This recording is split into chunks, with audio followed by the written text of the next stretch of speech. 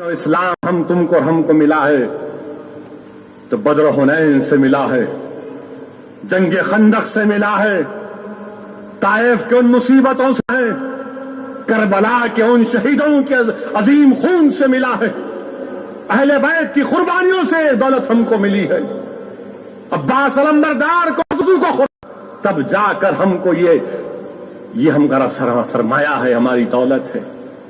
ہر کوئی ہم کو کہے گا کہ دولت 5 لاکھ، انہیں 5 لاکھ کا پان کھا رہا آج کل، کیا بولنا مت کرو بولے تو بھی نہیں سنتا۔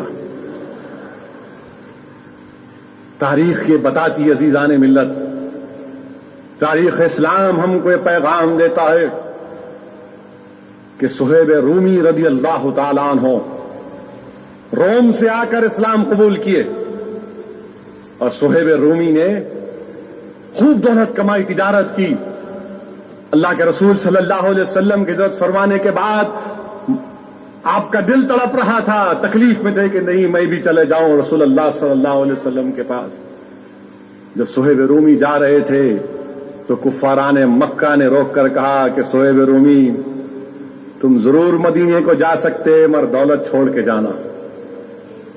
حضرت صہیب رومی رضی اللہ تعالیٰ عنہ نے ارشاد فرمایا، دیکھو میں جب تیر کمان اٹھاتا ہوں تو کوئی میرے سامنے سر نہیں ٹکتا، مگر میں میرے آقا محمد مصطفیٰ صلی اللہ علیہ وسلم کے پاس جا رہا ہوں، تم کو یہ دولت کیا ہے، قربان ان پر جتنا دولت لوٹنا ہے لوٹ لو۔ پوری دولت چھوڑ کر مدینے چلے گئے۔ ایک اور صحابی رسول تھے، آپ اور آپ کے بچے، آپ کی بیوی اور بچے کو لے کر مدینہ جا رہے تھے تو کفاران مکہ نے کہا کہ نہیں آپ نہیں جا سکتے، یہ ہمارے قبیلے کی بچی ہے، یہ ہمارا بچہ ہے، آپ کو جانا اکیلے چلے جاؤ۔ تو آپ نے کہا کہ میں اپنی بیوی بچوں کو قربان کر دیتا ہوں رسول اللہ صلی اللہ علیہ وسلم پر، اور چلے گئے۔ جنگ بدر میں لوگ کفاران مکہ شہید مر گئے تھے، ان کی لاشوں کو گلے میں ڈالا جا رہا تھا۔ حضرت حذیفہ دیکھ رہے تھے، ان کے والد عتبہ کی لاش کو بھی کھینچ کر گڑے میں ڈالا جا رہا تھا، تو آپ کی آنکھ میں آنسو تھے۔ رسول اللہ صلی اللہ علیہ وسلم نے ارشاد فرمایا کہ کیا تم کو نظارہ دیکھ کر تکلیف ہو رہی ہے تو قربان جائیے۔ آپ نے فرمایا نہیں ہے رسول اللہ صلی اللہ علیہ وسلم، مجھے افسوس اس بات کا ہے کہ کاش میرے والد دین اسلام کو قبول کر لیتے تو شہادت کے عظیم مرتبے پر فائز ہو جاتے۔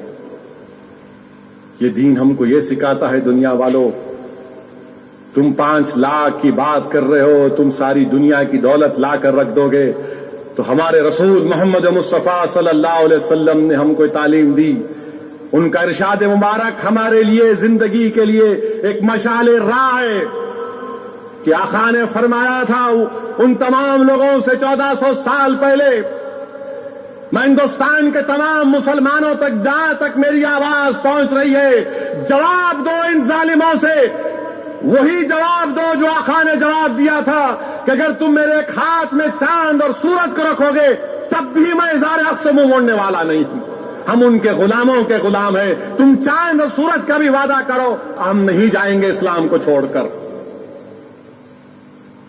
گھر واپسی کہاں گئے متروں؟ گھر واپسی پہ کوئی میاں مٹھو بولتے ہی نہیں، کچھ بھی خاموشی اختیار کرے بیٹھے ہوئے ہیں۔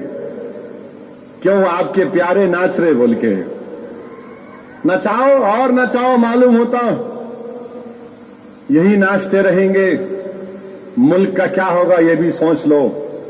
فارن ایکسچینج کیسا آئے گا ہندوستان میں؟ $100 بلین کا آپ نے اعلان کیا، یہ جو کر رہے ہیں گھر واپسی کا، اس سے فارن ڈائریکٹ انویسٹمنٹ ہوگا ہندوستان میں، یہ فارن ڈائریکٹ انویسٹمنٹ ہوگا اس میں۔ اچھا کوئی VHP کے لوگ بول رہے کہ 2021 تک کہتے 80% سے 100% کر دیتے، کہتے کیا ہے، کیا پینٹ کا برش لے کے پینٹ کرتے، 80 سے 100 کر دیے، کہاں ہے بھائی 80 سے 100 کرتے؟ کچھ 100 نہیں ہوگا، تم 80 رہو گے، ہم 14 سے 16 17 ہوں گے، اتنا ہی چھونگا، کوئی جانے والا نہیں ہے۔ ہندوستان کو تو ہندو راشٹر بنا دیں گے. کیسا بنائیں گے آپ؟ کانسٹیٹیوشن پڑھے آپ. بابا صاحب امبیڈکر نے کیا کہا تھا؟ امبیڈکر کے الفاظ مجھے کانوں میں آج بھی گونج رہے ہیں کہ جب دستور ہند بن چکا تو امبیڈکر نے تمام دستوری قانون ساز اسمبلی کے سامنے امبیڈکر کی تقریر کے الفاظ میں تمہارے سامنے دوہرا رہا ہوں کہ امبیڈکر نے کہا تھا کہ ہمارے موجود اراکین میں یہ ایک بات چلی ہے کہ آرٹیکل 30 کیوں دے رہے ہیں.